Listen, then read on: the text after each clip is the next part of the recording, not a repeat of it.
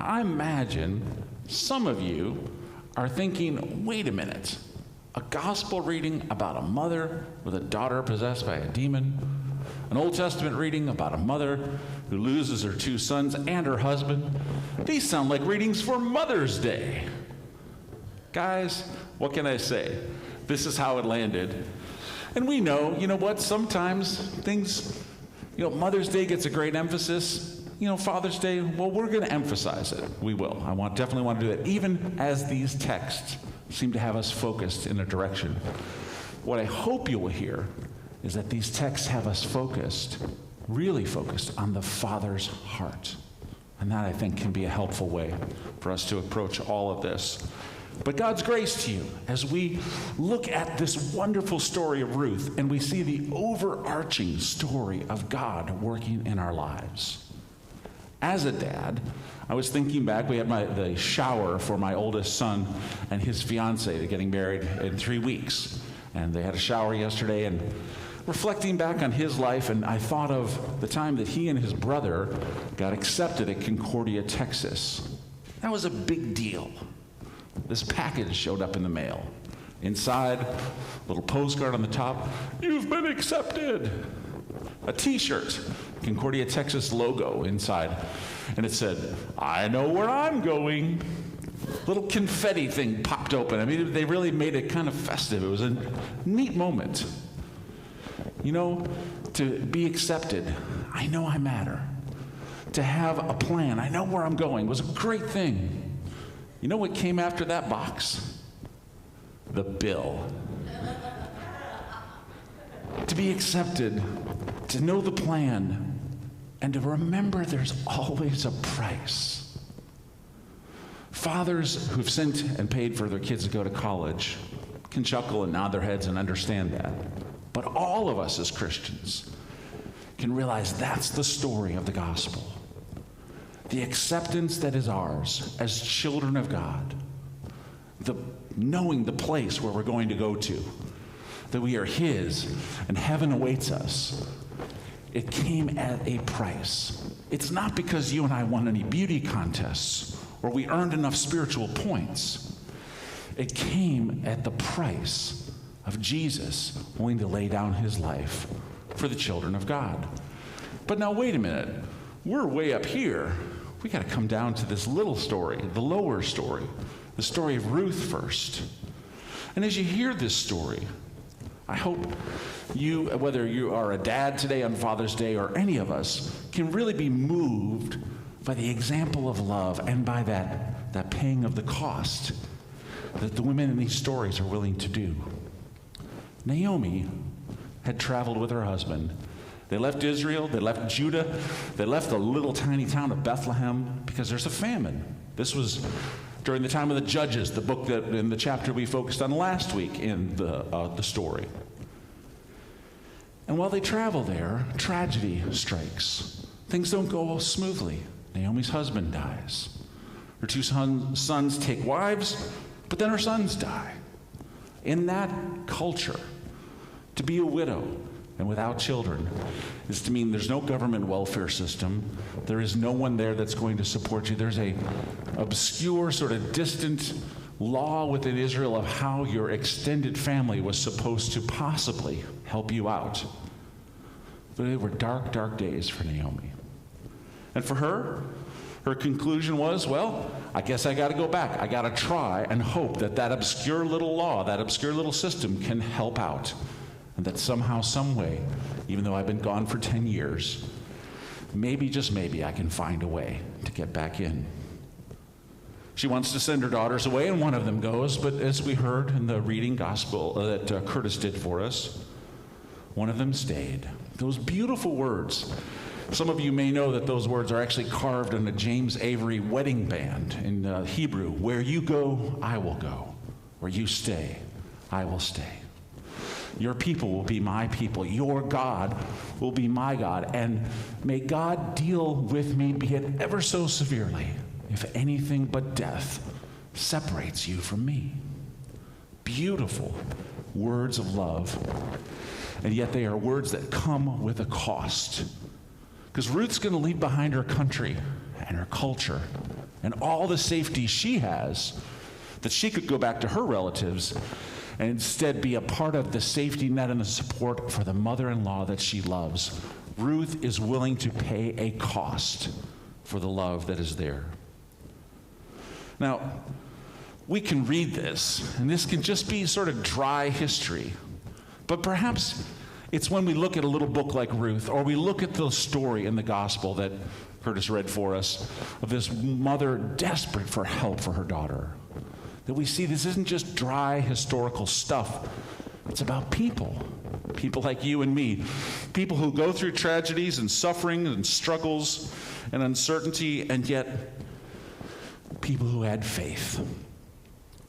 As you heard the gospel reading, did you notice Jesus saying, you're not one of God's chosen people. You're really on the outside. I'm really not supposed to give anything to you. You don't deserve anything, right? And he says, it's not right for me to take the children's bread and throw it away to someone undeserving. And she agrees. I'm undeserving. But she has one thing going for her. She has faith. She believes, Jesus, I believe you are who I've heard people say you are. I believe you can do what people say you have done. And if just the tiniest little scrap, the littlest crumb of your kindness, of your mercy, of your miraculous power could fall off of the table, that's all my daughter would need, because I believe in you. Well, that faith that Jesus described as saying, woman, you have great faith, that faith moved the heart of God, and he acted. He healed her daughter. It is that faith in action that we see in Ruth. And that faith in action that we see in Ruth and Naomi together negotiating this, heading back to Bethlehem, still struggling, still uncertain. It's that faith in action that we see in Ruth saying, I got to step up. I'm going to go out in the fields. I'm going to go get us whatever little scraps of grain that the workers miss. It's that faith in action that we see in Ruth as the story goes on, that she is willing to approach and try out this obscure, small little system, this little chance that she and Naomi have by approaching Boaz, who is one of their kinsman redeemers. It's a great phrase in the reading that is there later beyond today's reading. It's in Ruth chapter 3. But if you read the story Bible, you ran across it, this idea of a kinsman redeemer, this system that God created. It's mentioned in Leviticus chapter 25. It's in the Bible study notes if anybody wants to take it with them. This obscure little system, if somebody runs into trouble, if they have to sell off their land, if they find themselves in bondage because of finances or whatever it is, here's how to provide a way out. One of your relatives, a kinsman, can pay the price and get that stuff back, or get that person out of slavery. Ruth is so bold to ask Boaz to do that. Boaz sees her faith in action, and he recognizes it. I think he recognizes it because if you remember who Boaz's mother was, he's seen faith in action too. His mother was Rahab, the woman of ill repute who had taken in the 2 spies from Joshua, the prostitute who had hidden them because she also had faith, and she put it into action. I protect you, spies, because I believe God's going to give you this land. Now I ask you, in bold faith, I ask you, protect and preserve my family. And that's how it goes. In Joshua chapter 6, we read that Rahab and her descendants live among the Israelites to this day. And Rahab's son, perhaps her firstborn son, we aren't certain, but her son was named Boaz. And he would have heard the tales. He would have known that faith in action is such a crucial part of our relationship with God and how we live our life. And so when Boaz saw that, when he sensed her doing this, he sees this beautiful action that she takes. And he takes one as well, because again, he as an outsider, or his mother having been an outsider, and his mother sharing that story of faith and action is what makes you an insider. It's what really matters. His mother, letting him know that, prepped him to recognize it in someone else and to also replicate it in his own actions. He could have said no. He didn't have to go through the effort. He could have said, oh, well, there's one more kinsman redeemer down the street. Go knock on his door, ring him up, let him take care of you. But he also responds. He also shows that acceptance and says, I can make the way. I can set it so that you're accepted and among God's people, and I can help it so you know where you're going to go, and you'll have a path and a place, just as I have had. And he is willing to pay the price, to have her redeemed, and Naomi as well, and they get the land, and all of that happens. That price that is paid. Why these stories? Why this? Two reasons. On the earthly level, it's a reminder of us of how important faith in action is. It's a reminder how much God honors that.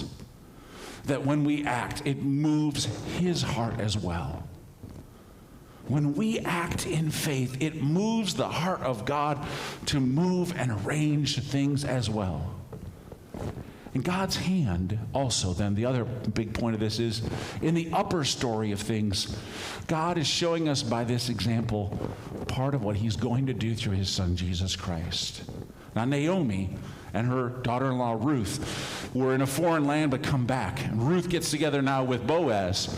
So the son of a prostitute gets together with another outsider, Ruth, and their child becomes the grandfather for King David. And the great, grandfather for Jesus himself. That's God's way of whispering, no, maybe even shouting to us, I have a plan. A plan for you to be accepted. A plan that I know where I want you to go. And I myself am going to be willing to pay the price. So he offers his son as a sacrifice. Jesus offers his life on the cross. He, as Romans 5 tells us, that while we were yet sinners, God demonstrated his love to us in this. He sent his son, Jesus, to die for us. I want to show you acceptance. I want to show you the plan and the path that I have for you. And I, says the Lord, am willing to pay the price. We see it in this earthly story with Ruth and Naomi. It's an echo to us, an image, a reminder of seeing it in the upper story of Jesus himself. And may it strengthen all of us to be moved to show acceptance to others, even if it takes some sacrifice and paying some price. And may it move all of us to thank our God who was willing to pay the price for us. Amen.